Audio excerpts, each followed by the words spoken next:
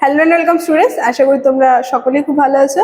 জ্ঞানজ্যোতি coaching সেন্টারের পক্ষ থেকে তোমাদের সবাইকে আরো একবার স্বাগত।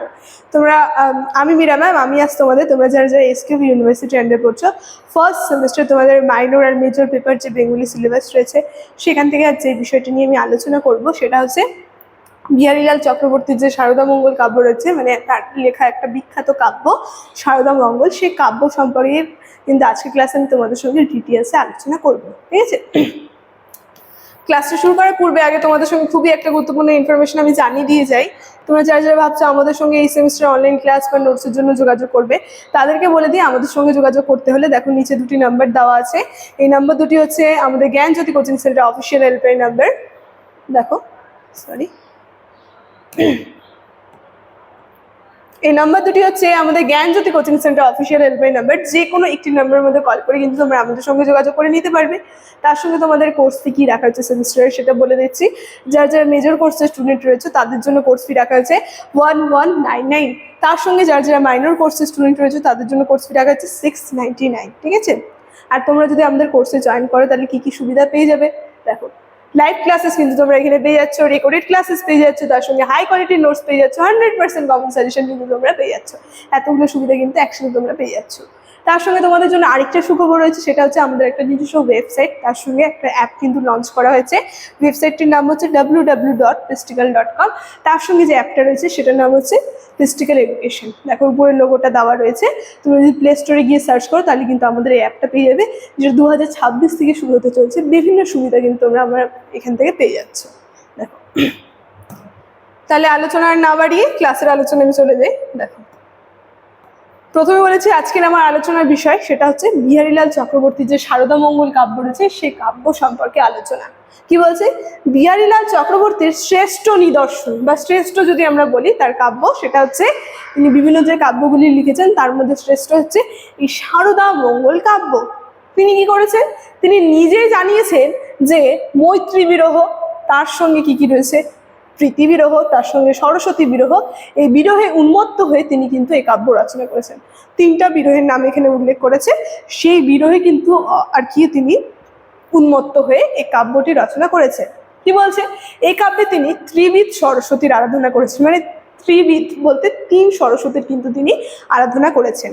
কি বলছে, এই সারদা দেবীকে তিনি কখনো জননী রূপে, রূপটা কি আসলে, কখনো তিনি জননী রূপে, আবার কখনো প্রেয়সী রূপে, আবার কখনো কন্যা রূপে কিন্তু তিনি কল্পনা করেছেন। তাহলে আমরা বুঝতেই পারছি 3টা রূপ নিয়ে বা 3টা চিত্রে কিন্তু অঙ্কন করেছেন তিনি, একটা নারীকে 3টা চিত্রে তুলে ধরেছেন। ঠিক আছে, তাই বলছে তবে ইহা কিন্তু পুরাতন মঙ্গল কাব্যের নয়, তিনি মঙ্গল কাব্যের ধাঁচে নতুন জীবনী বোধের গল্প শোনাতেন।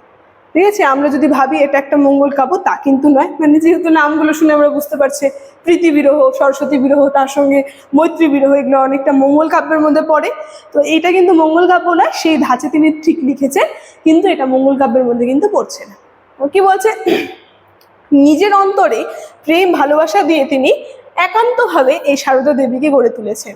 সেই জন্য সারদা দেবীকে কবির দেখার আর কি একান্ত বাসনা, মানে একটা নারীকে তিনি নিজে গড়ে তুলেছিলেন। তার হৃদয়ে যে একটা নারীর প্রতি যে সমস্ত দৃষ্টি ছিল, কখনো সেই নারীকে তিনি জননী রূপে দেখছেন, আবার কখনো প্রেয়সী রূপে দেখছেন।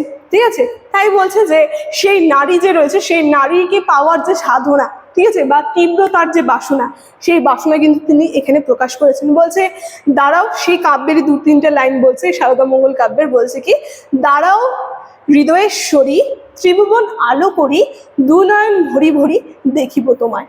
মানে তাকে যে দেখার বা তাকে পাওয়ার যে এতটা বাসনা, সেই বাসনা বা তার মনের যে ইচ্ছা সেটা কিন্তু তিনি প্রকাশ করেছেন। সেই লাইনগুলো পড়ে কিন্তু আমরা বুঝতে পারছি। ঠিক আছে, দেখো তারপর কি বলছি, রবীন্দ্রনাথের বৌঠান কাদম্বিনী দেবী বিহারীলালের সারদা মঙ্গলের ভক্ত পাঠিকা, মানে এই যে সারদা মঙ্গল কাব্য যে তিনি লিখেছেন, এই রবীন্দ্রনাথের যে বৌঠান ছিলেন কাদম্বরী দেবী, তিনিও কিন্তু তার এই কাব্যের কিন্তু খুব ভক্ত ছিলেন। সেই কারণে দেখো কি বলছে, সারদা মঙ্গলের কিছু পংক্তি তিনি এক আসনে লিখে তা বিহারীলালকে উপহার দিয়েছিলেন। মানে আর সারদা মঙ্গলের কিছু পংক্তিও আমরা দেখবো যেটা লিখে কাদম্বিনী কি করেছিলেন, বিহারীলালকে কিন্তু আর কি উপহার দিয়েছিলেন। সেখানে লেখা ছিল, হে যোগেন্দ্র যোগাসনে ঢুলু ঢুলু দুনয়নে বিভোর বিহল মনে কাতরে ধোয়াও।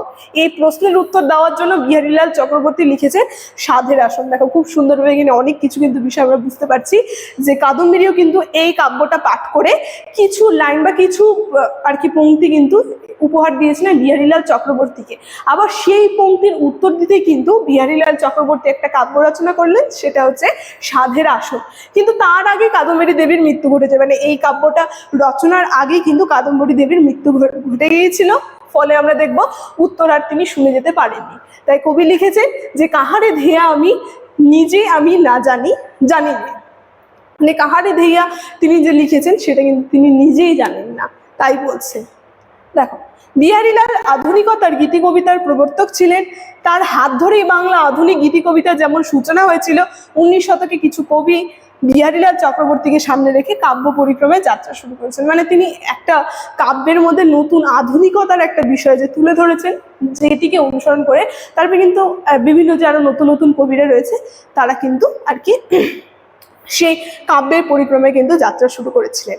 ঠিক আছে, তাই বলছেন যে রবীন্দ্রনাথ ঠাকুর লিখেছেন যে প্রত্যুষে অধিক লোকজন জাগে নাই এবং সাহিত্যপুঞ্জে বিচিত্র কলগীত কুচিত হইয়া উঠে নাই, সেই উষালোকে কেবল একটি ভোরের পাখি সুমিষ্ট সুন্দর সুরে গান ধাইয়াছিল। খুব সুন্দরভাবে আর কি তাকে আর কি উদ্দেশ্য করে কিন্তু এই কয়েকটি লাইন বিহারীলালকে উদ্দেশ্য করে কিন্তু তিনি আর কি লিখেছেন।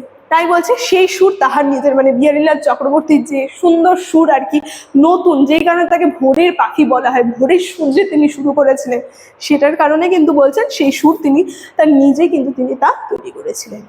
ঠিক আছে, তো আজকে ক্লাসের আলোচনা আমার এতটুকুন ছিল।